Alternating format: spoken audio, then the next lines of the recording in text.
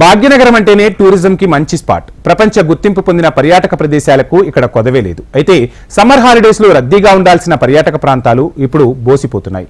ఎందుకు ఈ పరిస్థితి ఏర్పడింది? Watch the story.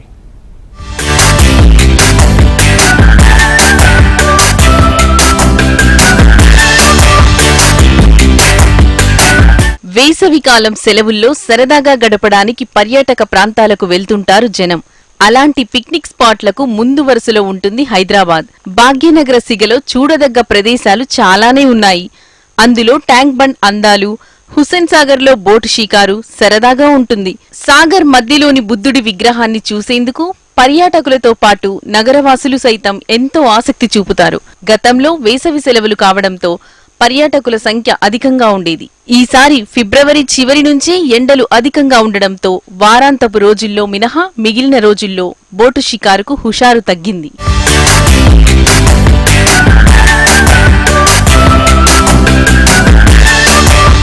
ఎండ తీవ్రతకు సాగర్లోని నీటి శాతం తగ్గడంతో పాటు కింద పేరుకుపోయిన వ్యర్థాల వల్ల భరించలేని దుర్వాసన వ్యాపిస్తోంది. ఉక్కపోతకు తోడు దుర్వాసనతో ముక్కు పుటాలు అదిరిపోతుండడంతో సందర్శకులు బోటు షికారుకు వెనుకాడుతున్నారు. సాయంత్రం ఎండ తగ్గడంతో పాటు గాలి వీస్తుండడంతో దుర్వాసన ఉండడం లేదు. ఈ పరిస్థితి వల్ల సాయంత్రం 4 గంటల తర్వాత కానీ బోటు షికారు సాగడం లేదు. చాలా మంది పబ్లిక్ వస్తుండే లుంబిని పార్క్ కి. చాలా ఈ రంజాన్ టైంలో అయితే ఫుల్ టు పబ్లిక్ ఉంటుండే. ఇంత కూడా గ్యాప్ లేకుంటుండే అనమాట. పిన్ను పడినా అసలు జనాలు ఎంత ఉండే. ఇప్పుడైతే జనాలు లేరు. ఈ ఎండ కూడా ఎక్కువ ఉంది కదా, ఎండ కూడా చాలా భయపడుతున్నారు జనాలు బయటికి రావడానికి. చాలా పబ్లిక్ ముందుండే కానీ ఇప్పుడు చాలా తగ్గిపోయారు. సోమవారం నుంచి శుక్రవారం వరకు బోటు షికారు చేసిన సందర్శకుల సంఖ్య 2000 వరకు ఉంటే శని ఆదివారాల్లో అది 5000 దాటుతుంది.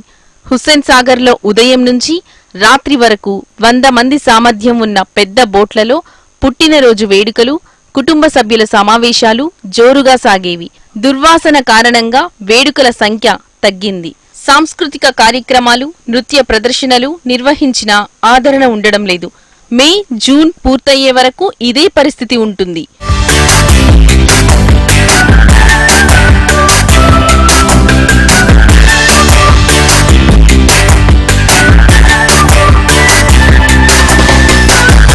ఇలా పర్యాటక ప్రదేశాలన్నీ వ్యర్థాలతోనో ఎండ తీవ్రత వలనో ప్రజలు లేక కళావిహీనంగా మారాయి.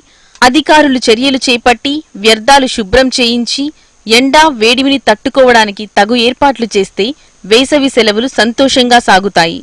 నగరంలో పర్యటించడానికి చెప్పుకోదగ్గ ప్రదేశాలు చాలానే ఉన్నాయి. గోల్కొండ, చార్మినార్, మక్కా మసీద్, లుంబిని పార్క్. ఇక్కడికైతే రావడానికి చాలా మంది పర్యాటకులు ఎక్కువగా ఆసక్తి చూపుతూ ఉంటారు. కానీ ఈ ఎండాకాలంలో విద్యార్థులకు కూడా సెలవులు కావడంతో ఇక్కడికి రావడానికి అయితే ఆసక్తి చూపుతున్నారు. కానీ ఎండల తీవ్రత వల్ల ఇక్కడికి రాలేని పరిస్థితి. అయితే దాదాపు ఇంతకు ముందు వరకైతే రోజుకి కనీసం 1,00,000 వరకైతే వచ్చేవారని, ఇప్పుడు కనీసం 5,000 కూడా దాటట్లేదని అయితే ఇక్కడ నిర్వాహకులు తెలియజేస్తున్నారు. గతంలో నుండి ఇప్పటి వరకు పోల్చుకున్నట్లయితే ఇక్కడ వ్యర్థాలు కూడా ఎక్కువయ్యాయి. దుర్వాసన రావడంతో వీళ్ళు రావడానికి ఆసక్తి చూపట్లేదు అని అయితే తెలియజేస్తున్నారు. అయితే దీని వలన ఇక్కడ ఇన్కమ్ కూడా తగ్గినట్లుగానైతే తెలుస్తుంది.